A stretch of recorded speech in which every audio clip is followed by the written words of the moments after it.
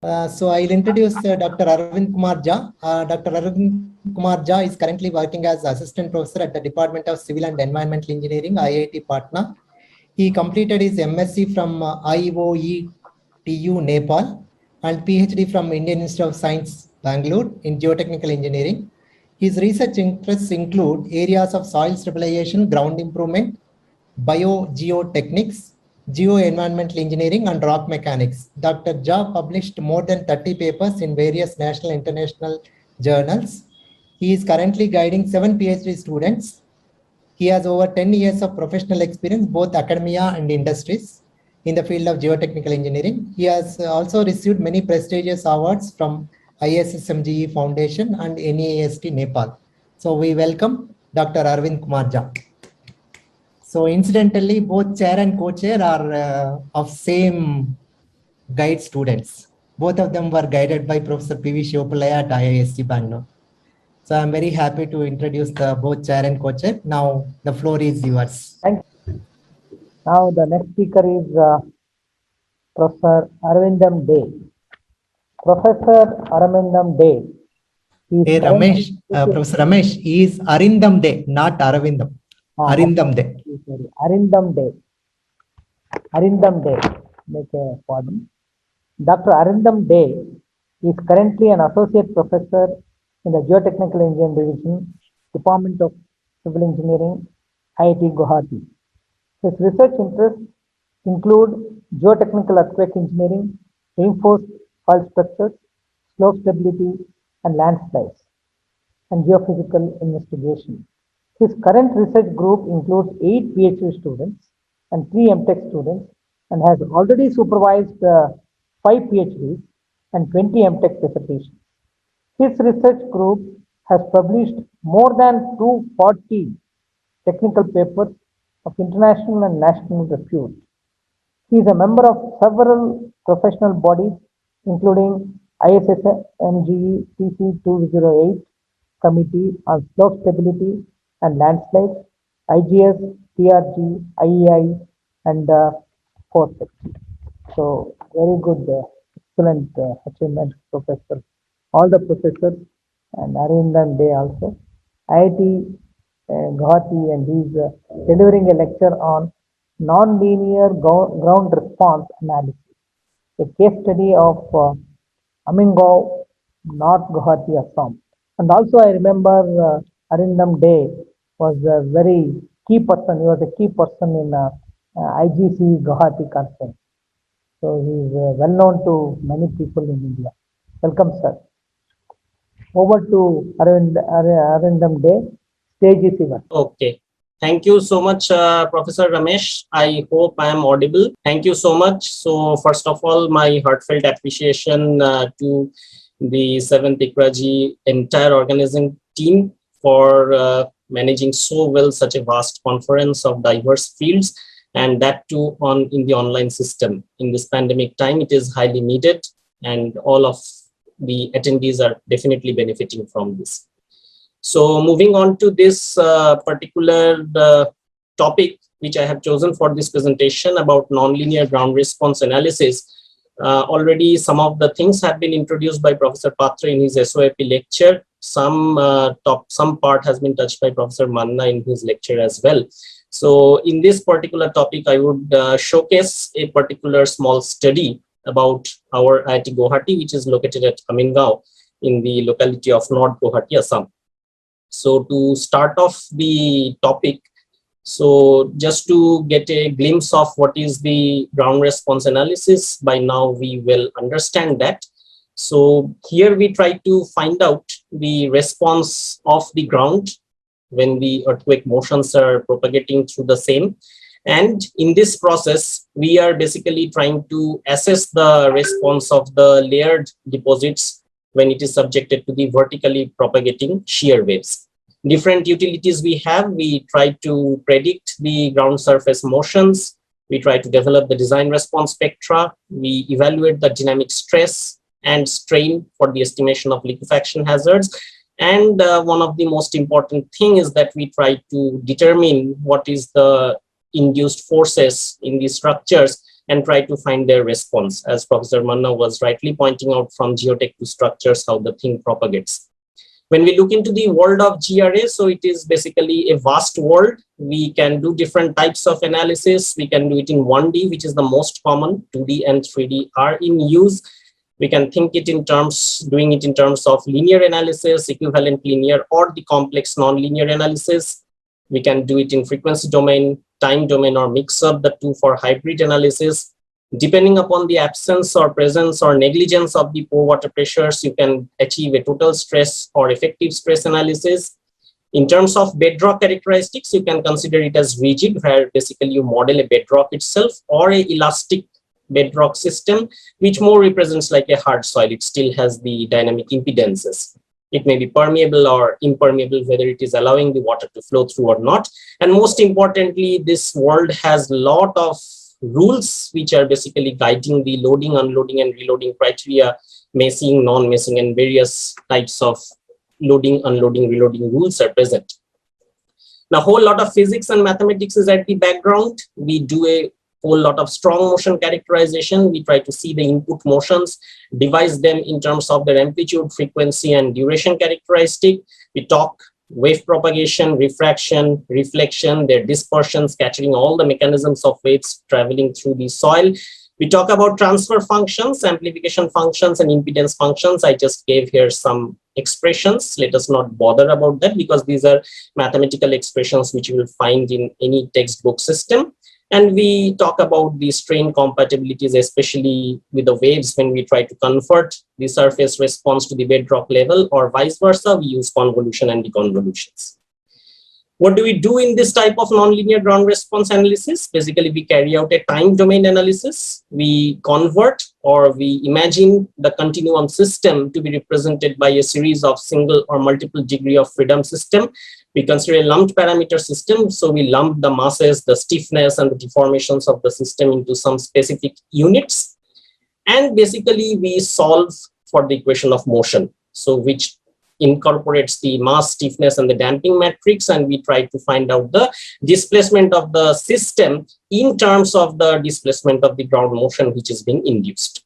Now, instead of inducing displacement, one can do with the induced velocity or acceleration as well. We just need to cater it properly in this equation. We solve this equation through numerical integration in small time step. So time integration scheme is developed and available. It might be explicit or implicit depending upon the call.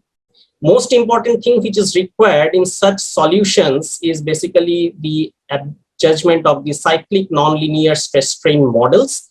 Different types of models are available: meshing, Ramberg, Osgood, HDCP models. I'm not going into those details. The most common which we use is the pressure dependent hyperbolic model, which has been developed by Matasevich 93 and which has seen many improvements, where we basically try to induce the strain dependent damping and strain dependent shear modulus to take care of the loading, unloading, and reloading rules. So that behavior, again, which has been largely used, is by Phillips and Hashash. So when the cyclic loading, unloading, and reloading goes on, there is an intricate rule which needs to be followed for the development of the shear stress and strain. It is one of the expressions which govern that.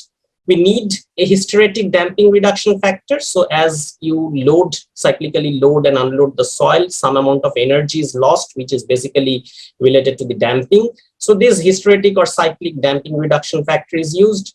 Pore water pressure generation models are used if your system has the incorporation of the water or the groundwater table. And then obviously we have to take care of the dissipation models as well, which are based on the consolidation theories. Now, all these incorporated in one simple system, that's when we arrive at the time domain analysis. So individually the systems are complex, but then we have some regular inbuilt systems which you can always use. The main inputs to GRA are the dynamic parameters, the backbone curve, shear modulus, and damping ratio, which are basically the strain dependent parameters. We rely a lot on the hysteresis plot, which is basically the cyclic loading, unloading, and reloading as you go on loading the sample with number of cycles. And when you join the peak stress reversal points, we get what is called the backbone curve. One can imagine this as the stress strain curve over the entire loading, unloading, reloading cycle under dynamic condition. Each of these hysteresis curve is characterized by different modulus. So one is the tangential shear modulus, which we mostly use in the nonlinear analysis. One is the second shear modulus joining the origin and the point of stress reversal, and the other one which we use is the initial or instantaneous shear modulus at the small strain level. Now, depending upon the hysteresis loop, depending upon the number of cycles, different parameters, it might be symmetric or asymmetric. And based on the nature of the hysteresis loop, you can actually evaluate the modulus of shear for a particular strain level and its damping ratio. And what we get is this backbone curve, from which we find out the dynamic parameters of modulus reduction curve and damping ratio as a function of cyclic shear strain. Now, looking to this curve, it might look simple, but a hell lot of factors actually influences the soil type, relative density, fine content, and all other factors related to the soil mechanics characterization itself, and over and above the dynamic factors of number, frequency of loading cycles, cyclic strain amplitudes. Now, when you do a ground response analysis, you can always use some standard inputs, which has been well developed by Seed and Idris, Vucetich and Dobry for sandy and clay soils respectively, available in any standard format, which is mostly dependent upon the effective vertical stress or related to the effective confining stress and the plasticity index for the clay system.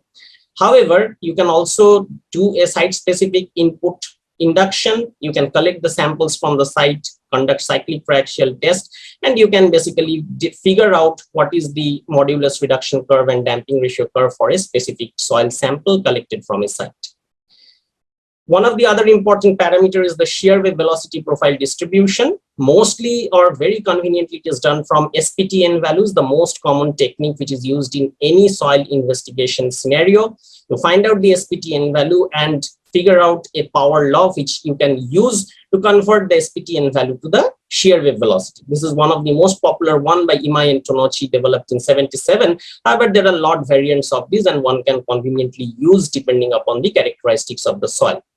Other way which you can do if the resources are available is to conduct a NDT geophysical investigation in the field, conduct MSW survey, you lay out the geophones, you find out the time travel records or the wavefront records, find out the dispersion image where you try to figure out what is the phase velocity related to, how is it related to frequency, and then you do an inversion analysis of that and figure out what is the shear wave velocity profile with the depth. Here you can find out the number of layers, the thickness, and the velocity distribution with the depth. In general, it is done in 1D, and you can do it in 2D features as well, so that over the entire space, you can really find out what is the shear wave velocity distribution along the depth and along the lateral direction. Now, this is the case study which I wanted to focus on. We talked about, we figured out the case study about IIT Guwahati and the Amin-Gao region, where we conducted the nonlinear ground response analysis. And first of all, I should thank to Reliant Engineers and our Institute Works department for providing us enormous number of boreholes in this entire area, from which we could figure out all the different characteristics of the N values and then relate it with the shear wave velocities. We conducted many MASW tests along different regions in this Amin-Gao site and inside our campus as well. We could figure out very well, depending upon different boreholes, what are the distribution of the unit weight and the shear wave velocity.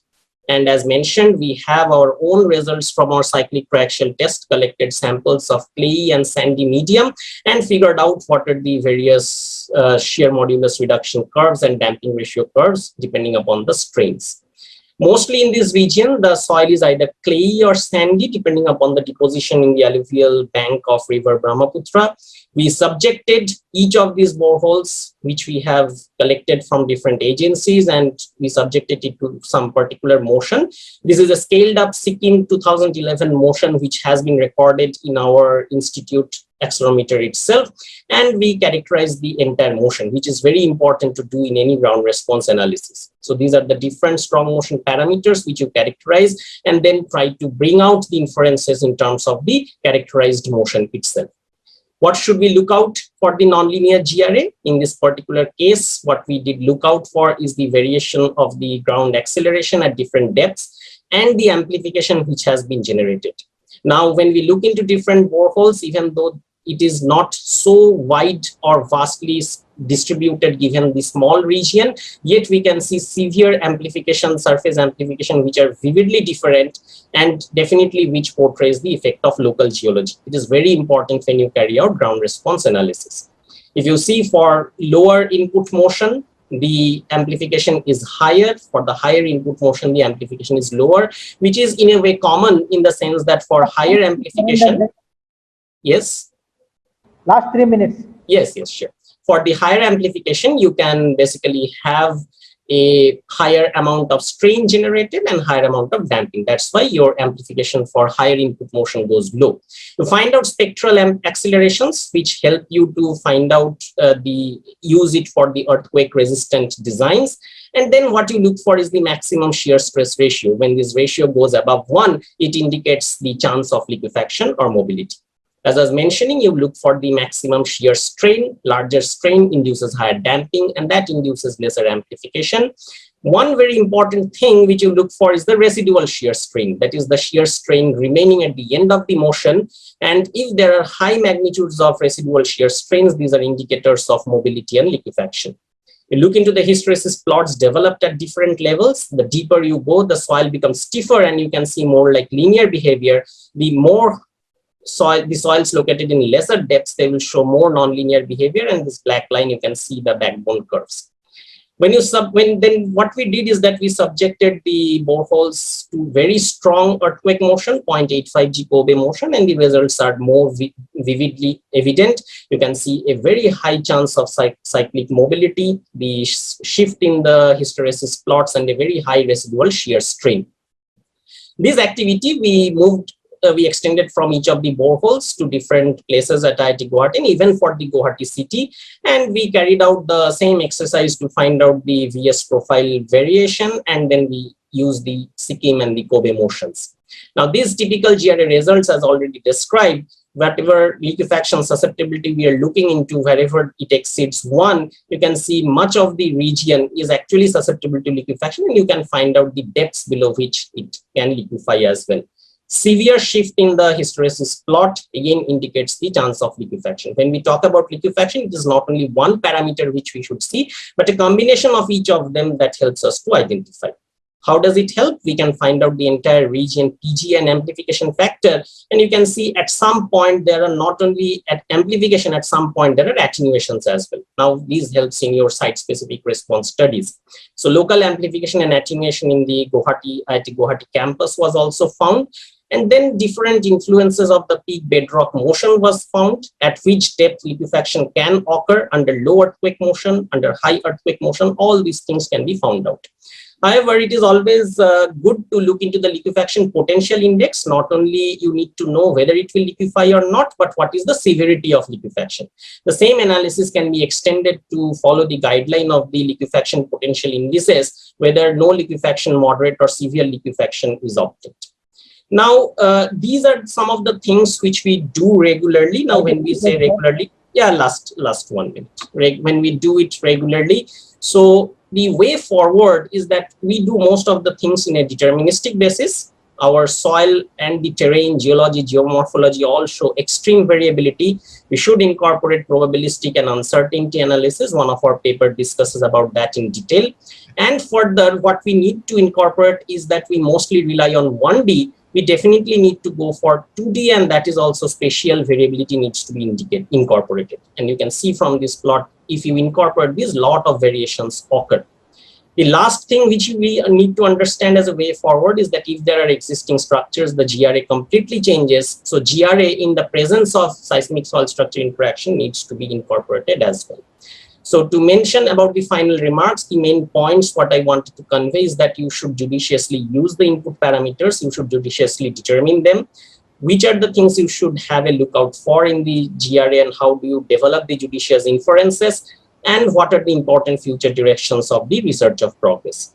Finally, I would like to acknowledge definitely for the organizers of the conference to set up such a huge conference with a diverse topic and very beautiful interactions. To all these of students who have been intricately involved to come up with these findings, to all my academic colleagues and industrial partners, I thank you all the organizers and the audience for your patient hearing. All the papers which I have mentioned in brief here can be found in my website or in the ResearchGate profile, and a lot of more information can be deduced from them. So that will be all from my side. Thank you. Thank you. I hope Thank you, you Professor enjoyed the session. Arindam Dey. Thank you, Professor Arindam Dey, IIT Guwahati, for your nice presentation on nonlinear ground response analysis, a case study of Amingao, North Guwahati, Assam. And now over to the audience. Any questions? No questions are posted in the chat box. Anybody who wants to ask any question?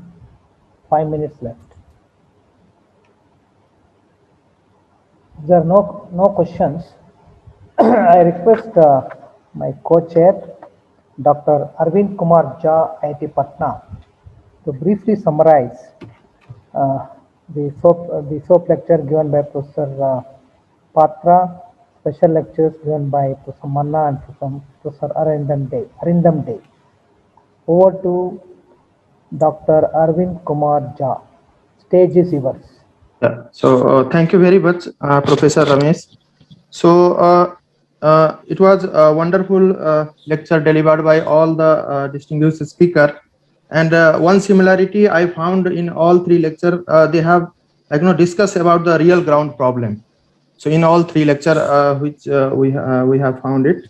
So I will just go one by one. First lecture, SOAP lecture, was delivered by distinguished Professor N.R. Patra. He discussed about the response analysis of pond ash embankment located in seismic zone, second, third, and the fourth in the India. And he started with the briefly discussed about the liquefaction mechanism, and he also discussed about the pond ash embankment and what is the scenario of pond ash in India, and what are the problem associated, particularly with the disposal of the bulk amount of the pond ash generated. And also he discussed about the briefly about the characteristic of pond ash, and he explained very nicely by comparing all three sites which his team has done the research work. And also he explained about the experimental and field testing, like SPT and other seismic tests have been done to gather the data for the further analysis. And basically he focused on how difficulty is to prepare the sample of the pond ash for other geotechnical testing. And also he discussed about the liquefaction resistance, degradation index with number of cycle of 3 different characteristics of the pond ash. And also in later he discussed about the how can we do the numerical analysis, particularly dynamic response analysis using 1D and 2D ground response analysis. And he concluded that all ponds, all type of the pond ash is susceptible against the liquefaction, and we have to take care while constructing any embankments. So it was wonderful presentation and excellent work. So the next presentation was done by Professor Bapaditya Manna, and he delivered the lecture on seismic response of the concrete gravity dam foundation system for the rock foundation with the shear zone. And he started his presentation with the scenario and the importance of hydro power dam in the India, and the problem associated with the dam foundation system, particularly with the soil structure interaction. And also here he highlighted about the different type of the slope failures and the challenges associated with the excavation due to the presence of the shear zone and its effect on the slopes. And he also discussed very nicely about the design philosophy as per the IS code and the shortcoming of the IS code, particularly while selecting the permissible settlement for the gravity dam. And also he also explained very nicely and in the detail about how to analyze the gravity dam and the slope analysis by using the finite element method. So it was excellent presentation by Dr. Manna. And the third presentation was delivered by Professor Arindam Dey, and he delivered his lecture on non-linear ground response analysis, a case study of Amigaon, North Guwahati, Assam. And he nicely explained in detail about the background, how we have to do the nonlinear analysis, like ground response analysis, and what are the things that we have to take care, and utility and the importance and the background of the ground response analysis. He also discussed about the one-dimensional nonlinear GRA, and what are the input parameter for the dynamic, like shear wave velocity and all those things. And he discussed about the case study by using how to solve this Amigaon case study by using the nonlinear GRA with the help of the borehole data and other cyclic triaxial data, and how to way forward. That is the very important thing he discussed, how we can do further things by using these techniques. So all three presentation was wonderful, and it was nice for me also, and I hope it is good for the audience as well. So thank you very much to all professors. Over to you, Professor Ramesh. Indeed, it's an excellent presentation by all the three speakers, and also the excellent sum up too by Dr. Arvind Jha. Thank you very much, Dr. Arvind Jha. I once again thank the speakers for having given their excellent presentation, the co-chair for a wonderful sum up of all the three speakers. And on behalf of myself and the co-chair, I thank the organizers of 7th International Conference on Recent Advances in Geotechnical Earthquake Engineering and Soil Dynamics for giving us an opportunity to chair and co-chair this 11th panel session of the conference. Thank you very much. Now the stage is handed over to Raghuveer Rao. Raghuveer Rao, stage is yours now. Thank you. So indeed, the three lectures were very good, and I thoroughly enjoyed all the three lectures. And on behalf of the organizing committee, we thank all the speakers.